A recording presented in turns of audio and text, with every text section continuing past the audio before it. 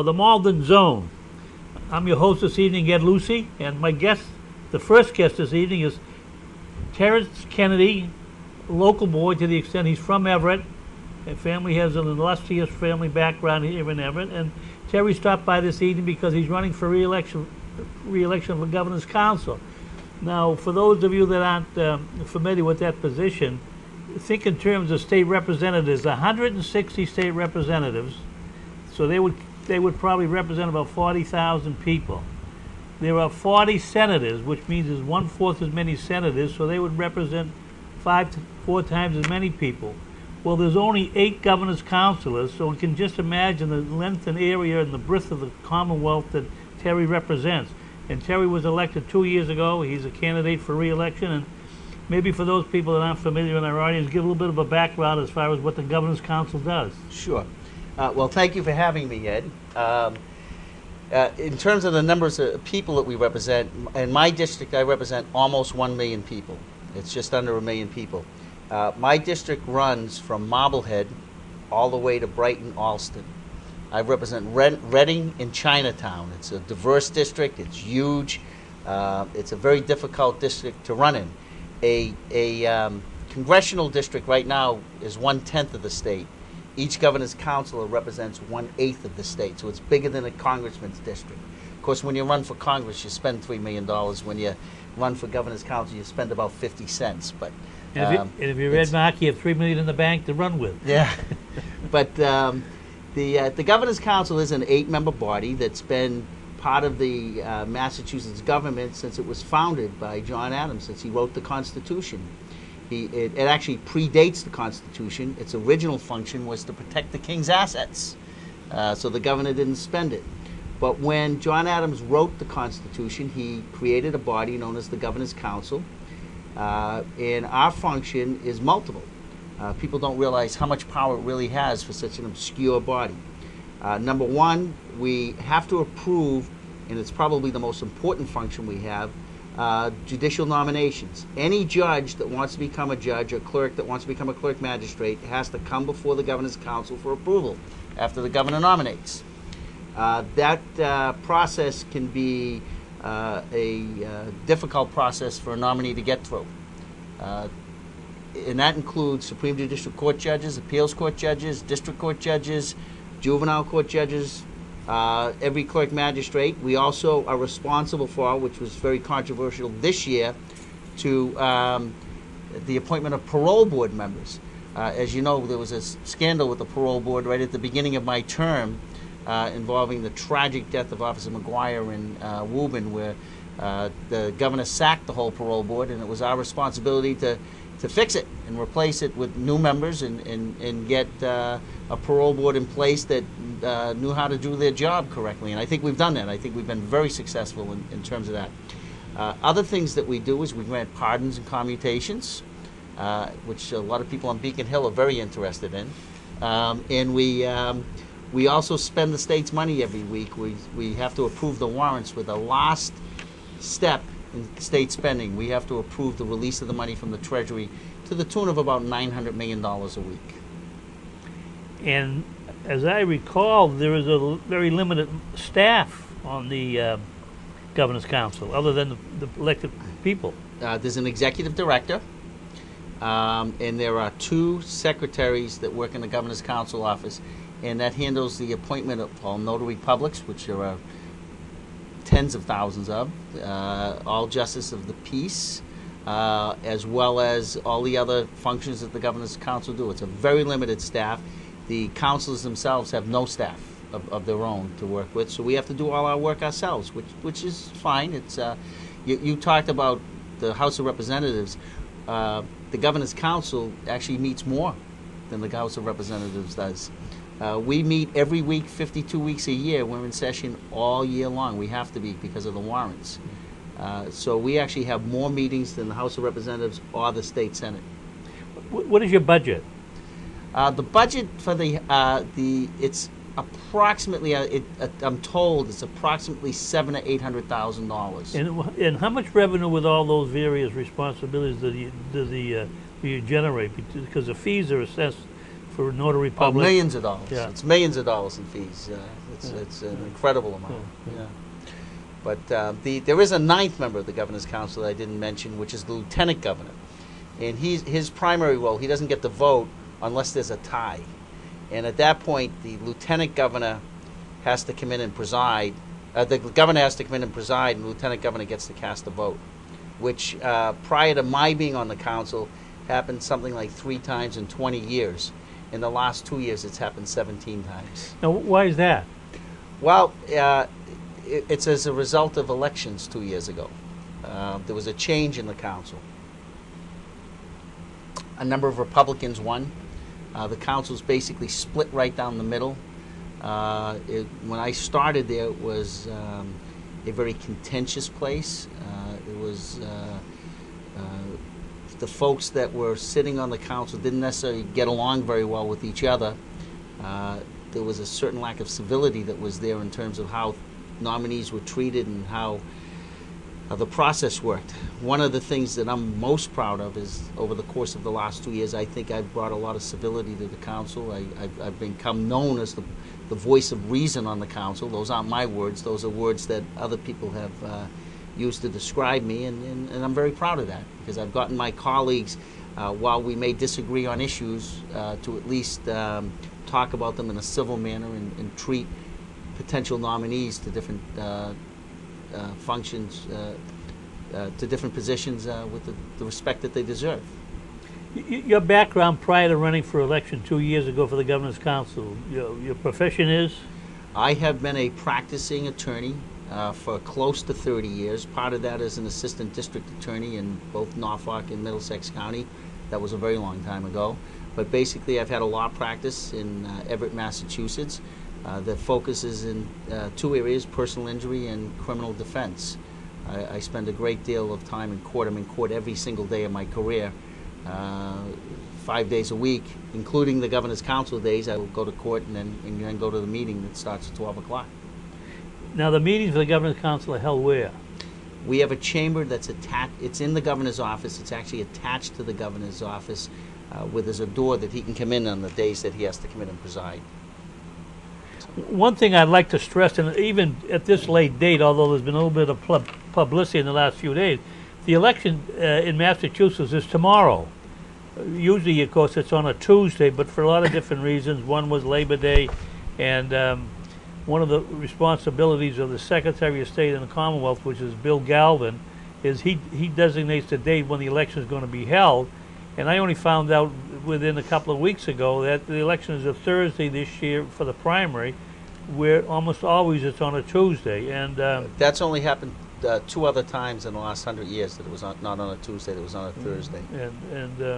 So you have a limited ballot. I did stop by the City Hall today and get a ballot. Now, for those people who are voting for the first time or who are not frequent voters, if you are a Republican by registration, you have to take the Republican ballot. If you're a Democrat by designation, you have to take the Democratic ballot. If you're unenrolled, you can take either ballot, and sometimes in the past people have been reluctant to vote when they were unenrolled because they didn't want to lose their independence, supposedly. But the way the system works now, should you vote tomorrow and you're an unenrolled voter, you would be able to take an R ballot or a D ballot, Democrat or Republican, and then after you vote, you revert to the being an unenrolled voter. But if I'm correct, Ed, there are no Republican contests on the ballot at all. There is. That's an interesting one in one way. Okay. There are apparently, we mentioned Congressman Markey. Yes. Yeah, he yes. is. Okay. He has 3 opponents, one of whom is my former neighbor. Yeah. And there is a Republican primary there. I actually met both of those, a couple of those gentlemen when I was collecting signatures out at the Winchester dump. Oh, did you? Yeah. Well, that's a great place to get signatures: the post office and the dump. That's right. 2 places where you get junk. But in any event, so there is a primary for 3 people vying for a nomination for Congress, and but in the Democratic ballot, there are only 2 contested seats, and as Terry alluded to earlier, he's one of the 2.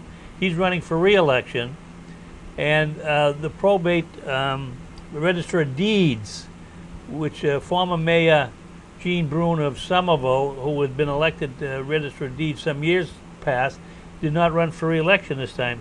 So there are 5 people running. You replaced John Zamparelli many years ago. Very good.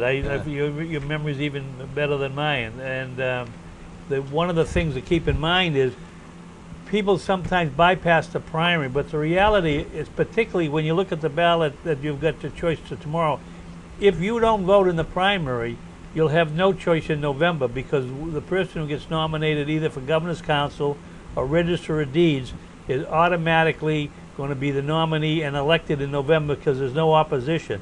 Those of you who take a Republican ballot will see there is nothing at all on the ballot other than the Congress race, because all those other seats, the Republican Party is still in a building mode here in Massachusetts, and they're not even challenging any of the incumbent Democrats or even the challenging Democrats who are seeking election. So tomorrow, if you have a chance to vote, when you think about it, it's a privilege, and more important than that, it's an opportunity to make decisions that reflect your own preference to whom you think should be elected.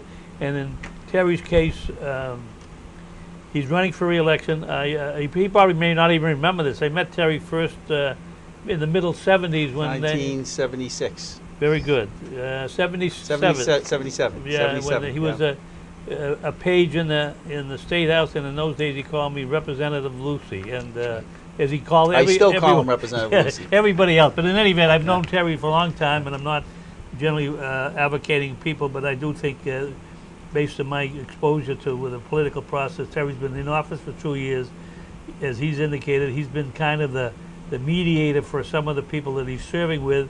And when you think about it, people sometimes complain about judges' decisions, but a word that's kind of overutilized in recent times is venting. But the Governor's Council has that opportunity to vent those people that have been through the process.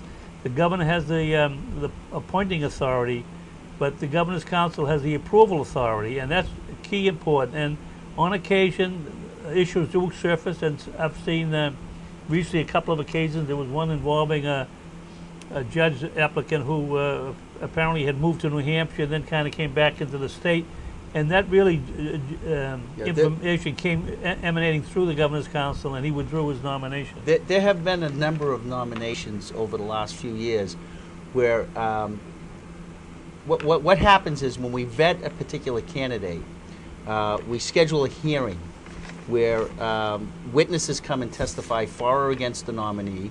The nominee has a chance to give a presentation, and then we question them. We don't vote that day. We vote a week later. A lot of times what happens with nominees, and I can think of one instance in particular that I was very strongly against this particular nominee. I'm not going to say who it is because I don't want to embarrass him, but he saw that the numbers weren't there, the votes weren't there, so they'll withdraw their nomination before the vote comes so they don't get turned down.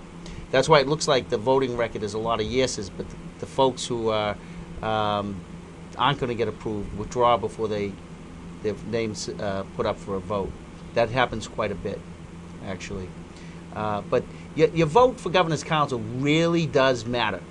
Whether you're voting in the 6th district where I am or any other district, it's so important that you get people who know what they're doing on the Governor's Council, who have the background to know what it takes to be a good judge, who's in front of judges all the time.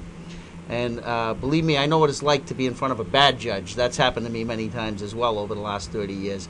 And it can be devastating. It can be devastating for the lawyers. It can be devastating for the parties, whether it's a civil case or a criminal case, when you get judges that just get it wrong. Because justice isn't done, whether it's a criminal case or a civil case, and the folks go to a great deal more expense if they have to bring an appeal in a particular case. It affects so many facets of people's lives in communities. It's important to a place like Malden or Melrose or Wakefield or Stoneham that the local district courts are community courts that have people in there that understand the community as well. That's something that's starting to get lost in our system. We used to have community courts where the people knew the community, knew who the families were in the community, knew what the problems were in the community, and knew what the concerns of the community were. When you're picking a judge who's, out of New York State that's been practicing law here for 5 years. They don't know about Malden. They don't know about Melrose. They don't know the concerns that the people in the community have.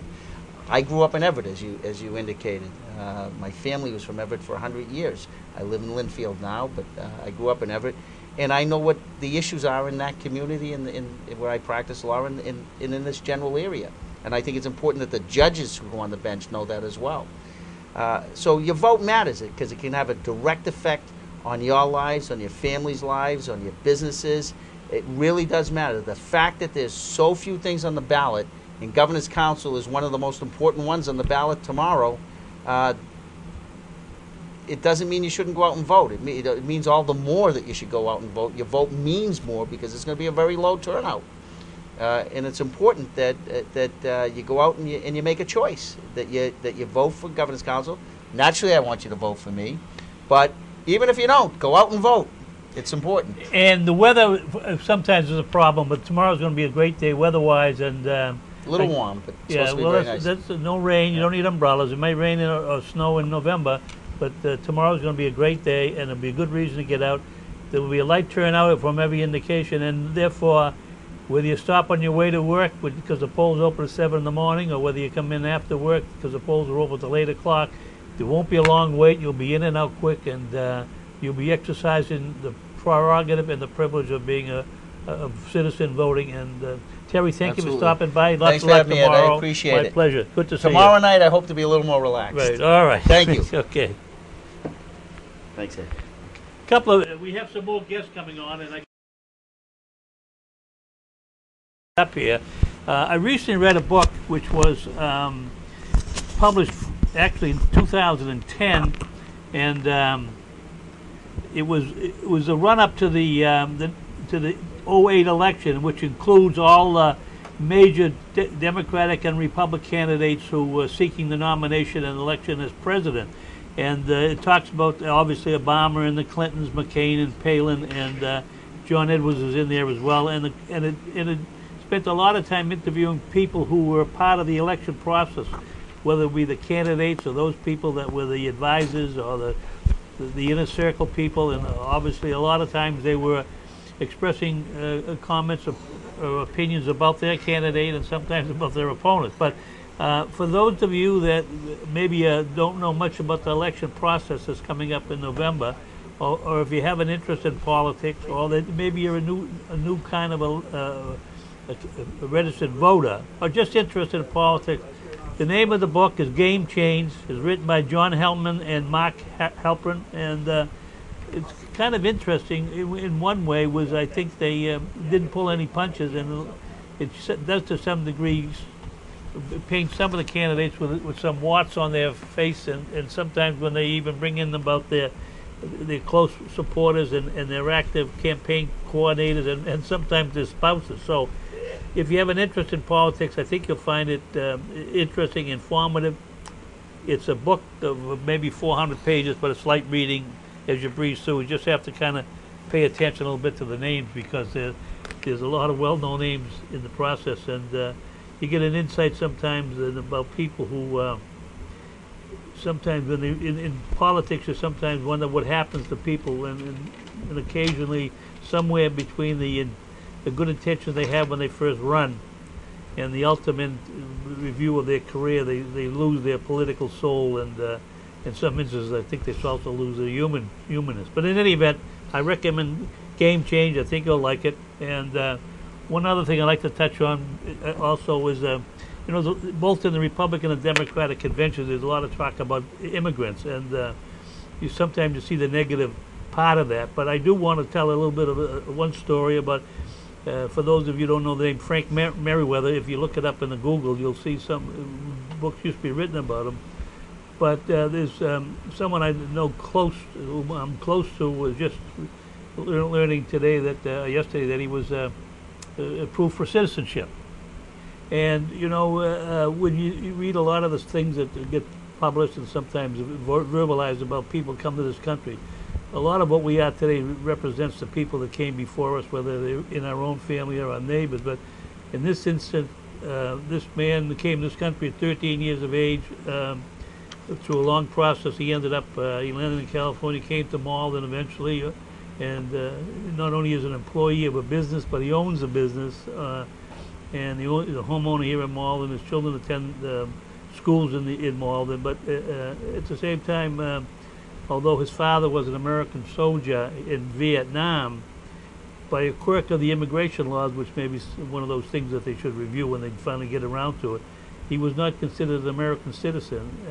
But in any event, he did get applied for and did get accepted. So congratulations to Jimmy Ming Luong here in Malden. He was just announced that he'll be sworn in as a citizen and able to vote in November come the end of September when they have the ceremony at the senior center. So now for a change of pace, my two additional guests this evening, Councilor Ed Lucey, and as usually better dressed than his father, and Kathy Macmullin, a well-known activist here in the community and a lifelong resident, I think, right, Kathy? I left for a short period of time. Well, I surely came back. My heart never left. Yeah, I just your left heart for a was short in time. Malden, like San Absolutely. Francisco, right? There you go. And they're involved in a very interesting and kind of a community-based project that needs a little bit of publicity, but maybe as we talk tonight, we can learn enough about it that if you kind of can get into the flow with them about what they're going to accomplish, they have their help for the future,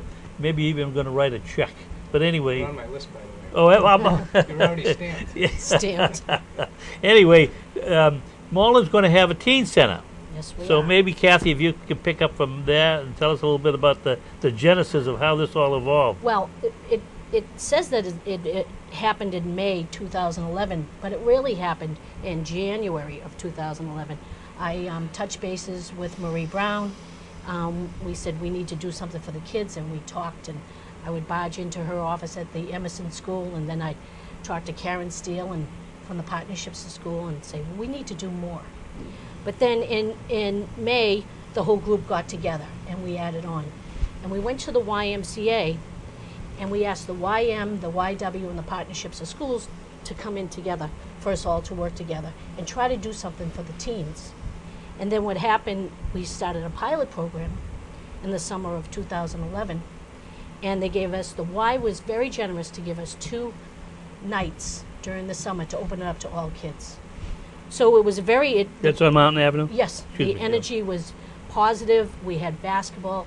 Dana Brown came in and took over and ran the basketball court, and we had volleyball, and we had jewelry making, and we had people that donated food, which turned out to be really a big deal. I mean, kids really appreciated the pizza, and I don't want to start to mention any names, but on who donated the food, but there was many. And what ended up happening after that, after the summer, we went and we got together as a group again, and we talked about what can we do. And we went to the YMCA and we talked to Debbie Emerald, and we asked her if we could have 2 weekend nights a month and open it up to any kid. And she agreed, and the group grew. And we really have been very, very successful. And then in February, actually, I'll back up a little, Gary Christensen, he was Council Christensen at the time, he came in and he would do surveys for us and talk to the kids. And then, I'll never forget it, inauguration night, I was watching it on TV, and Gary said he wanted to bring a teen center to Malden. And of course, I want to rewind the TV and said, did I hear it right? And my phone started to ring, and it was people who said, oh my God, this is really going to happen. And then in February, about 28th of February, the mayor requested that we have a teen task force.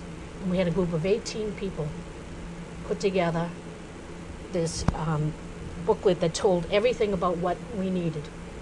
They visited 7 different teen centers, and they That's saw in other communities? In other communities, in other communities, and they just to see what we needed. And what we found out with the kids in Malden was that they needed a safe place, but a lot of kids need a free place too, something that's not going to cost them money to get through in the door. So that's where it really snowballed at that point. And it just, everything has been so positive ever since. It's really been pretty wonderful. When you were doing it with the in conjunction with the Y, when you were kind of building it up, about how many kids would show up? Well, when we first started out in the summer, we had 100 kids that would show up for those 2 teen nights. And then in February and March, they grew to 150. It was cold out. They wanted to get off the street and inside, and they heard kids were spreading the cold. word. That's right. Yeah, and the kids heard that we're spreading the word that, geez, we have a good time here, and it really was. It was great. It was great for not only the kids. It was great for the adults that got to mingle with the kids. We had some great conversations, and or you watch kids that would struggle on the street, and other kids that wouldn't struggle, and they would bring them in, and they would all help each other. It was pretty remarkable. And who was overseeing the kids when they were going into the Y program? Well, we had different. There was a whole group of us, Volunteers? all volunteers, which was really, really wonderful. Yeah, So it was great. We had, of course, the councilman came in and gave us a great helping hand, and and then Marie Brown and Marie Lucey pretty much took over on the food. They knew and I would just order pizza. Then they got a little bit more into it with hot dogs and different things, and hot fudge sundaes, and the kids were great. Did they come for the food or did they come for the activity? Both. That was the good part. Kids really did a lot. Dana Brown was wonderful with the kids in the basketball, and he not only did he would run 3-on-3s and 4-on-4s, he would also at the end they'd do different shots, half-court shots to see if we could get him in. There was games. Karen Steele did jewelry making. There was a whole group of volleyball kids that we would set up the volleyball net for. There were board games that were really good. So we were really pretty lucky. The MCA really extended a hand to us, which really was a start for it all. Now, if you have any question or any comments, our phone number, because this you can call in 781-397-8286. 781-397-8286. Were there more boys and girls that participated in the At the beginning there was, and then I would say that the girls multiplied as time went on. It became a comfortable place. There was a whole group of girls that were volleyball players from the high school that were. I think that was the part of it. If you see a kid 16, 17, or 18 that's very athletic in basketball, you have other kids that can't compete with that. It's not like a baseball team where you can kind of go out in right field and that'll be it. Some of these kids can jump, run, they're quick, they're fast. Right. So the whole idea was to not just do basketball, volleyball. That's where we came up with the board games, the jewelry making. Yep. We actually went out and bought a bunch of, whether it be checkers, chess, Monopoly, Scrabble, all these games. So the way the Y was set up, it was broken up with a curtain. You'd have basketball on one side, volleyball on the other, and just, we'd probably have, 8 or 10 tables to people play cards. Right. And so it was something for something for everybody. And the food, when you ask about the food, kids love to eat. Right. So we got them there, and it was the type. It was something that we didn't just, get a bunch of pizzas. We had people that would make homemade cupcakes, make fudge sundaes for dessert. They had potato chips, water. Would cook out one day. Another day we did all submarine sandwiches. Right. So it was a lot of different little things that we did along the way that drew out the kids. And I think one night we had almost 200 kids. Yes. And Right. it got to be that popular. Right. And then where are you now? Where are you at now? Well, We just signed the lease. Oh, no, okay. Now, tell us about the intent and the point of where you're going to go forward, where you were using the facility at the Y and now you're on your own. well, I think that we're still going to be able to have those kind of activities. Principal Brown has spoke with us about trying to give up some space for us, so if we wanted to have basketball in another That's night. at the high school? At the high school. And the Y has in the past said that they will help also. But what will happen in the teen center, it will be broken up in different groups. It's funny what kids ask for. They ask for a quiet space with no cell phones and textbooks. They ask for another room that they could just have where they could just study. They ask for computers, a refrigerator, lockers, microwave.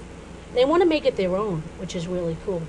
And on that thought, Kathleen, when we were actually doing the lease, one of the parts of the lease was they were trying to figure out the janitorial service, and we said we don't even want it because the idea is to have the kids clean up. Yep. It's the adults are going to be there to, oversee it, but it's actually the kids' place. So the whole idea is to have the kids learn responsibility, teach them real life skills maybe they're not getting in high school. I mean, nowadays in school, everything's geared to MCAS.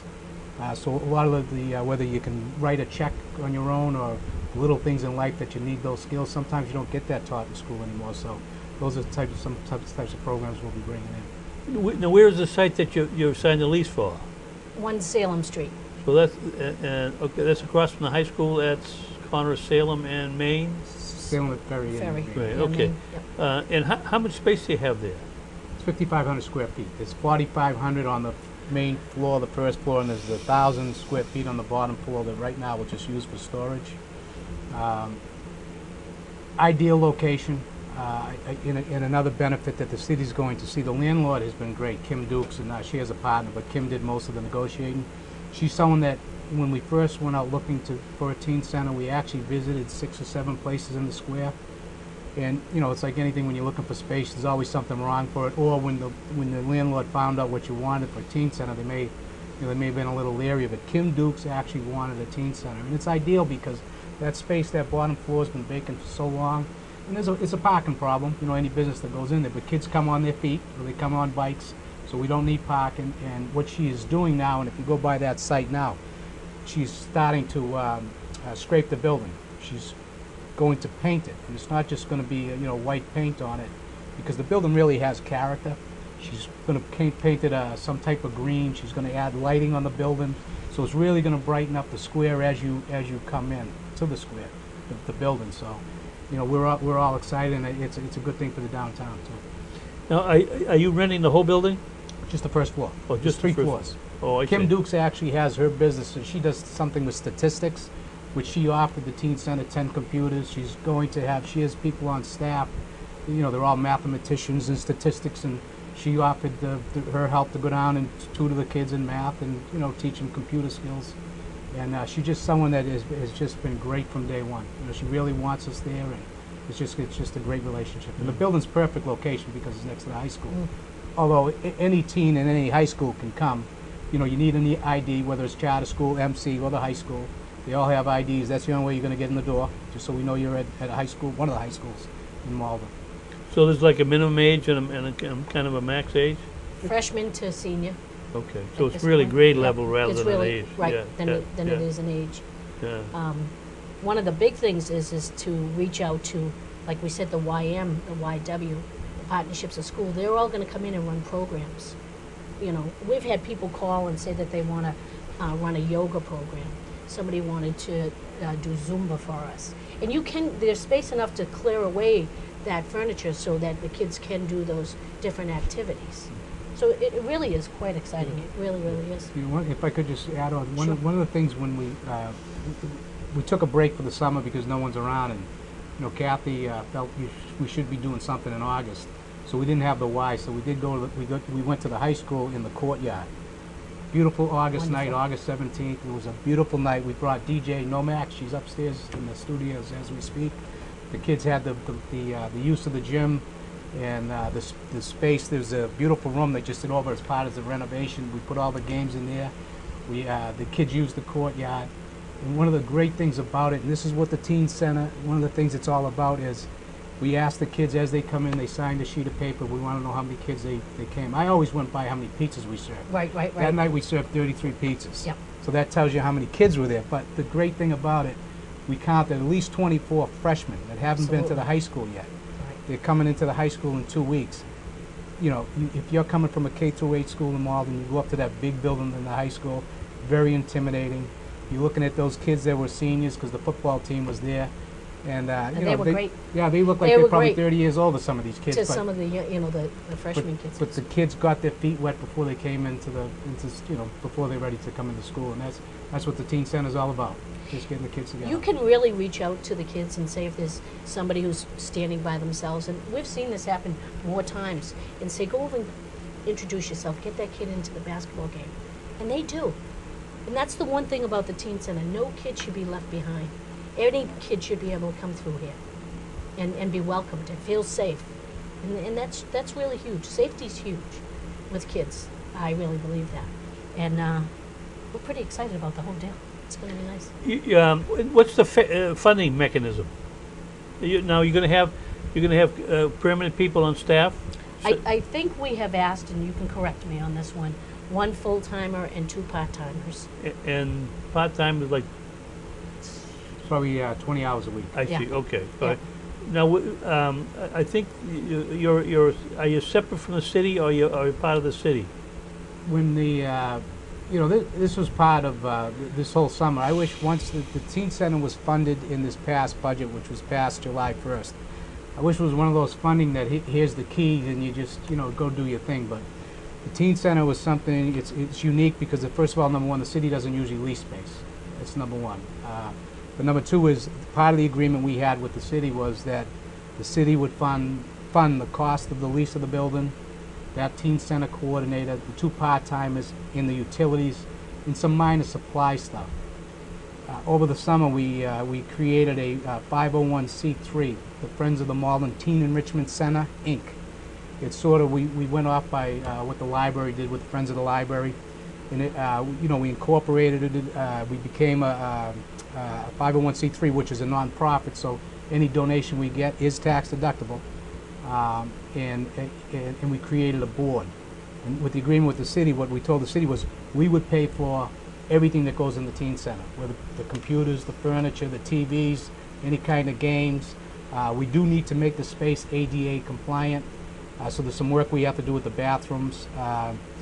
We're talking now, we start beginning next week, we're going to bring, we've had a contractor look at it, we've had a furniture designer look at it, we're going to get everyone together starting next week, because we're probably going to gut the place, I would think, because right now there's tellers space, so we just want to clear space and then design it. We can design it with petitions, and we'll get some professionals in there, and the kids involved, and of course the people that have been involved with the project since the beginning, and we'll get the whole site design. Yeah, for those that aren't familiar with that particular building, I believe there was a bank there before. Yes. Yeah, so you've got it all. It's all a lot of petitions and walls. Right, yeah, there's several rooms right now, but the main room is a big room, so that's where we'd be doing most of the renovation and the design work. Yeah. And how much money did the city allocate towards the first year? It was prorated. It was we figured with all those costs, it would be roughly $150,000 per year. That would be your budget plus what. That's to include what the city gives plus you raise yourself? No, the 150 is from the city. Okay. We're hoping to raise $100,000. I see, but the 150 is for a full year? For a full year, so Yeah. it was funded in the budget for 124 and change. I see. And even then, I mean, when we did the lease is less than we had budgeted for. We actually, in negotiations, the landlord, again, she was very generous, and she came down on the price of the rent, so that's why the relationship is really going to work. And how long is the lease for? It's a 3-year lease with a city option for 3. One of the things we heard during the budget last year was the concern that some people felt, at least 5 years would be too long for the city. So when we were doing the lease negotiations, it was handled by the MRA. I was involved with it, the city solicitor and the city controller. One of the things we asked that it not be 5 years, it was 3 years, and again, the landlord was very accommodating. The cost that I just kind of think, how much you're factoring in is for the renovations, because that's going to be a big number to get the place overhauled. That's the 100,000. Oh, it is. Yeah, that's the 100,000 we feel will get us to put everything we want in there. Yeah. Obviously we're talking a lot of computers, we're talking games, we're talking kids like Wii's. The bathrooms are expensive, but I think that's a good number. I think that's the number we figure would do. And is it focused now on raising that 100,000 you need? That's right. And what are you doing about that? That's a round on number. your show, not Absolutely. just to get it from you, to get anyone out there. And again, it's tax deductible. Yeah, it's an easy number to remember. No. It is. The only way, what I can say is that we've had 2 people step forward. One an organization, one a person. We'll leave their names out for now, but we're certainly going to give them the recognition that they deserve. And one was for $25,000 donation, and one was personal donation for 10. Okay, well, that's, So that was a heck of a start. you need to put one of those barometers that the people put in the Absolutely. window. That's what we plan on doing. So you got 35% of your money already. We do, Yep. but it's harder to get the rest. But that's Yeah. But I think once we get out there and once we get the kids promoted, the people who work so hard on it, the community is very positive. Yeah. Positive. Yeah. And so, we'll take a $10 donation as much Absolutely. as a 50 or 100 or 1,000, or maybe we'll get some of the banks in Malden to give Yeah. even more than that. The MRA, wouldn't that become under community block grant money? Everyone wants that community block. That's only going so far, and then the reality is that keeps on getting cut every year. More Yeah. people are looking for it. So Yeah. I don't think at this point that I think we have a good product we can present to the community of Yeah. Malden. I think the response has been great, and I think people are really going to like this. Now, aside from people writing checks, do you have any projected fundraising events that you're going to do to try and close the gap?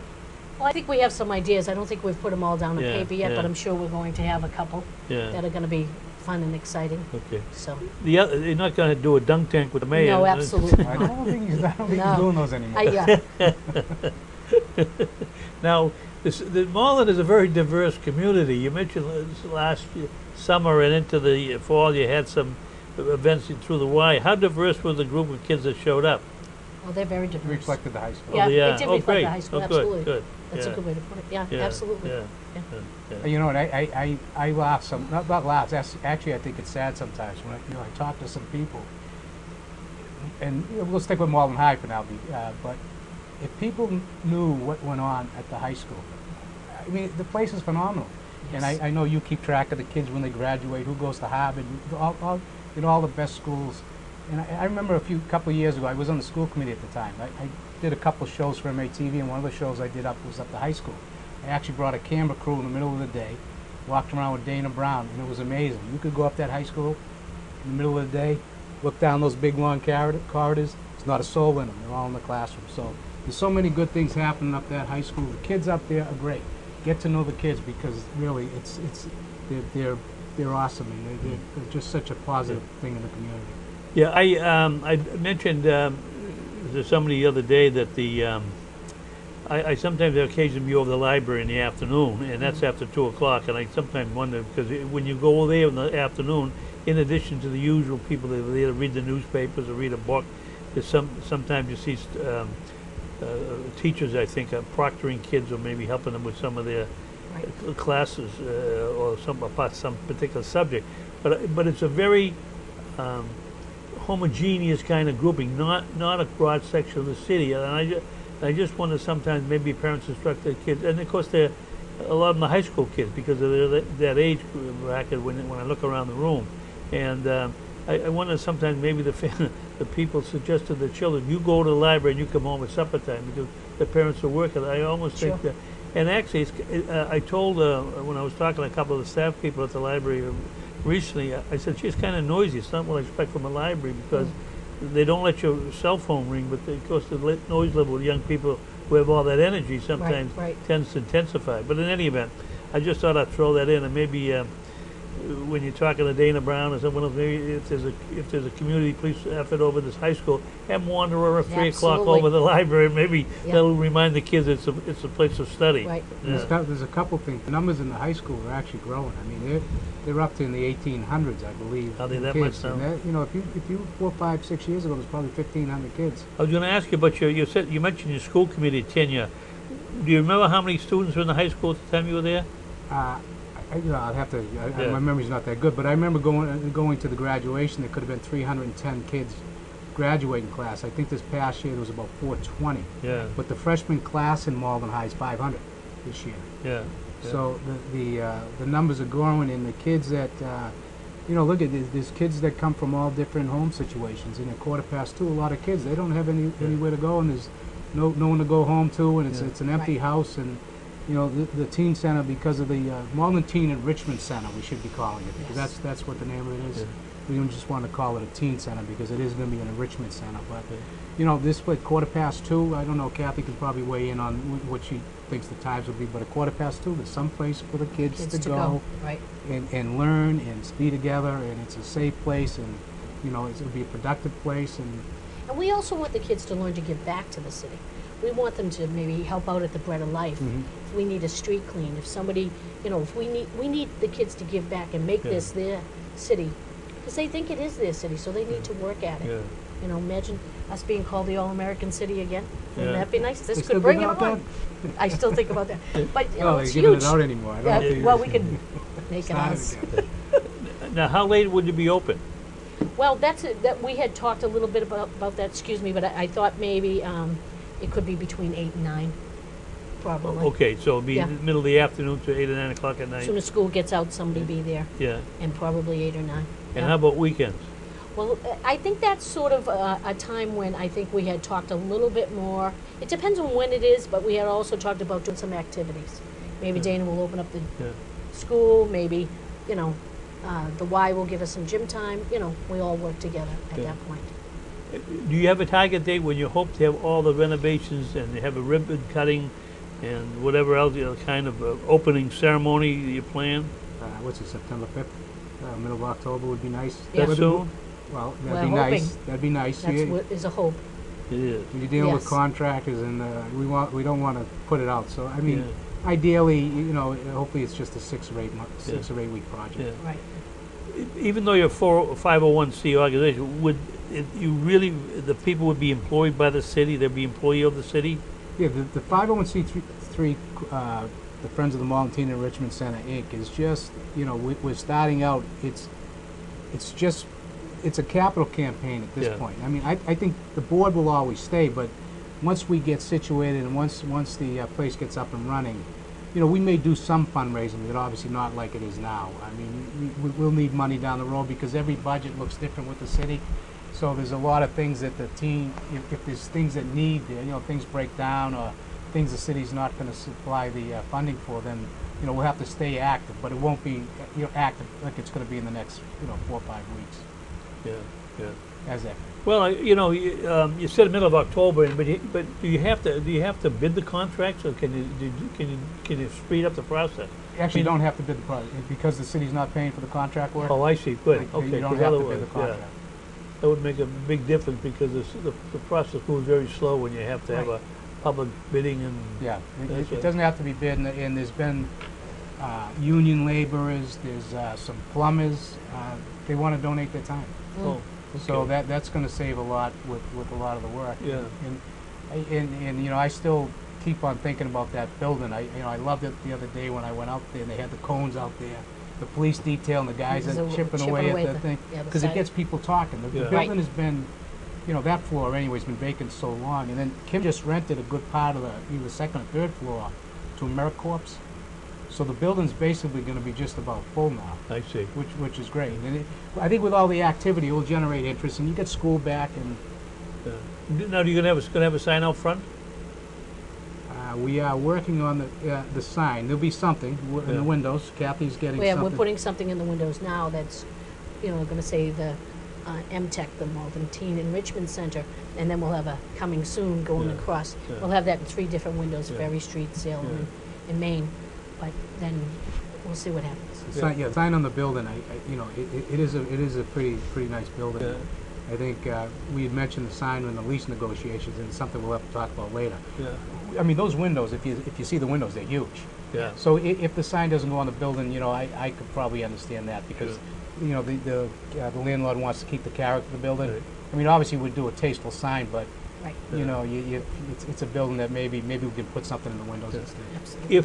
If someone was watching the show and they wanted to get more information, or they thought about a question that they had about maybe even volunteer or whatever, do you have some sort of a email address that they Yep, can? we do. It's Malden Teen Enrichment Center at gmail.com.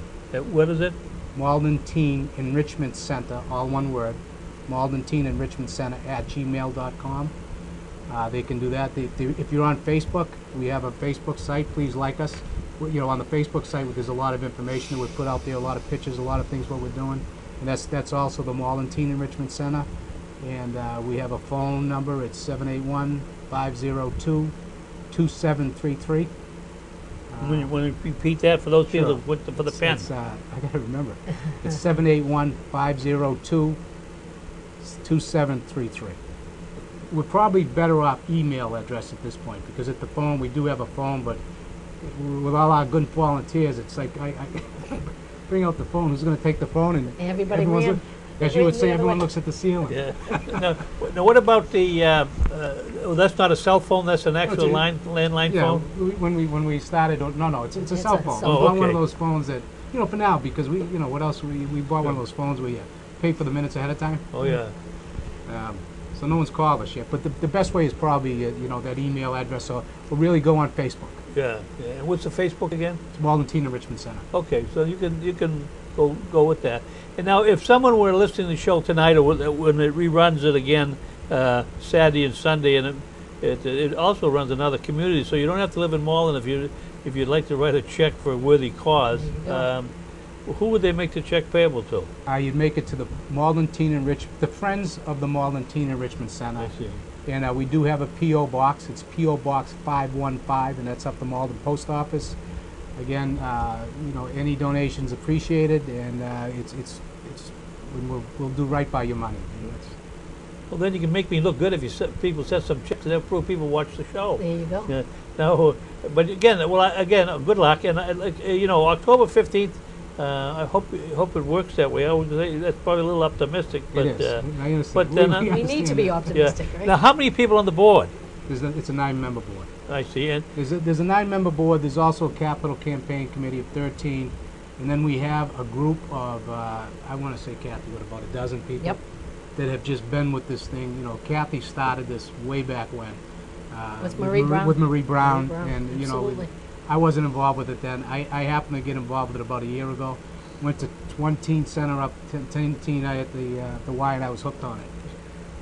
now you said you've visited several, 7? 7 different teen centers. Yep. And what communities did you? Well, they went to Winthrop, and there was a couple in Cambridge. There's one in Everett. Everett and Medford. Yeah, So they threw out. yeah. Yeah. Are most of them modeled after what you're doing? Well, Cambridge, they have about 5 of them that are, they have a lot of space in Cambridge. I think there could be at Medford. Everett has one too that could be modeled a little bit. They have a larger space than we do too, and they also have access to a gym on the premises because it's I the see. old Everett High School. Oh, I see. But we'll have access to a gym too. And some. But the ones that you did view, are they pretty much identified or affiliated with the community itself? Some of them are, it's- yes. Not all of them? Not all of I them. see, interesting. I think you have Boys and Girls Club. Right. Okay, That they yeah, get like involved South with it, too. Boston, Yeah. yeah. Yeah. And this Yeah. way here, the Malden actually controls Yeah, the destiny. yeah, yeah. That list of people you're looking to maybe request, is that a letter that's being sent out to people, or is it word of mouth? Or? No, you're in the pile. You're in my pile. Oh. Everybody has a pile. No, I know you're not. I'm just waiting for the brochure. The brochure's ready. I got to Oh, pick I them up see, tomorrow. okay, We're gonna okay, start. Absolutely. so No, there what are, we did was, Yes. Okay. Kathy has a list of people. I have a list of Yeah. people. Everyone's given lists, and Yeah. we've got this letter, and it's, Yeah. we have all the stationery and the envelopes, and yeah, there'll be we'll miss some people obviously, but then we also have a list of the larger donors in the city yeah, that we're going after, Yeah. and some have already come forward and promised us some, and there's some that will be hearing from us very shortly. I do want to say this also, that we'll be doing some outreach too. Yeah. So we'll be going out to look for some kids. And oh, I those see, okay, kids not that, outreach for money, yeah. no, outreach for that kids. too, but outreach for kids. Kids that could be on the fence, which way to go. Sure, Bring them in. yeah, I mean, we really are dedicated to helping everybody. yeah. Would that be like working with the courts, or is that not? Not well. We're hoping whoever needs help, we're going to Yeah, reach out and yeah, see what we yeah, can do. yeah. And I'll say this for Councilwoman Murphy: no kid will be left alone. That's right. Any kid That's can right. come through here. Well, it's very challenging, and you have to crawl before you walk, and then of course you walk before you run. But it seems to me you've come a long way, and God, we have you had, I'm sure, reflected back on the way you've handled things up to now. You've maybe done some changes and modifying what your thinking was, but Sure. again, kids without getting involved with today's kids. They're bored a lot, so this is a great opportunity, I think, for Absolutely. kids to come together, interact with other kids, and the idea of letting them clean up the place itself, that's a big plus, because maybe they'll pick up their clothes when they get home at night too, but that's another Absolutely. stuff. And we But- do want to thank the mayor. Yes. He's been very, very supportive, and Well, he's a kid at heart, so maybe yes, that's... he is. And he really has listened to the teens, which was, Yeah. and we thank him. Well, you know, obviously you need the support, and I've been on the fringe with my son here, who I didn't know was coming on till he told me that Kathy had asked him to come on, and I think there's only a second trip on my show after all these years, but in any event, truly, it goes, a tremendous amount of work goes in, whether it's Absolutely. the 17 on one group and the 9 on the other group, and of course the ones that do the real yeoman work and the tough spade work is in the beginning for them, you know, putting it all together. So, in any event, those of you that hear the show, it's a good cause, and in this day and age, the youth of today are what we're going to expect out of our country later on. And if you save one kid, it made a difference in one kid's life. It could be an Yep. important accomplishment. So, Absolutely.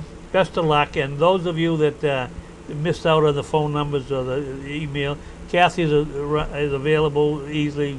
Greg can be found on Eastern Avenue every day. And by the way, Bobby O from Stoneham has just refinanced his house. He's going to be calling you for a binder. So anyway.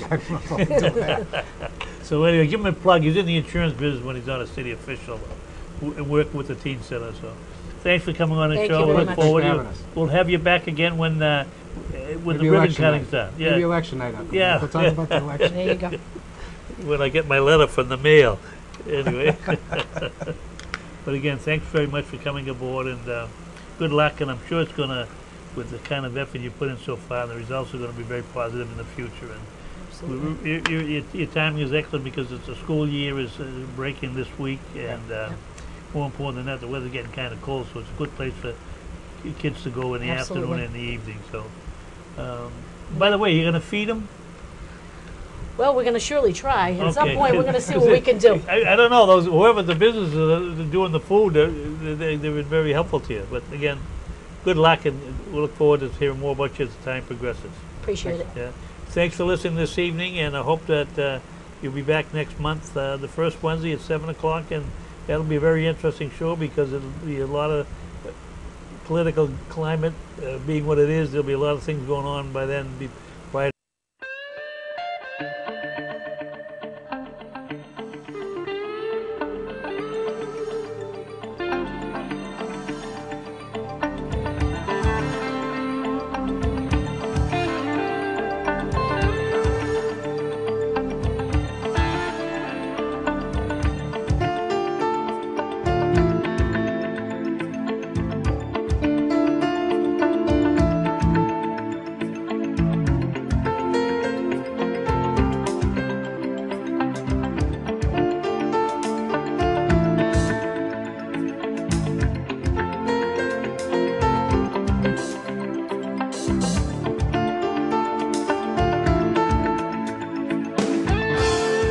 Hey, you, get out of the dock and into the zone.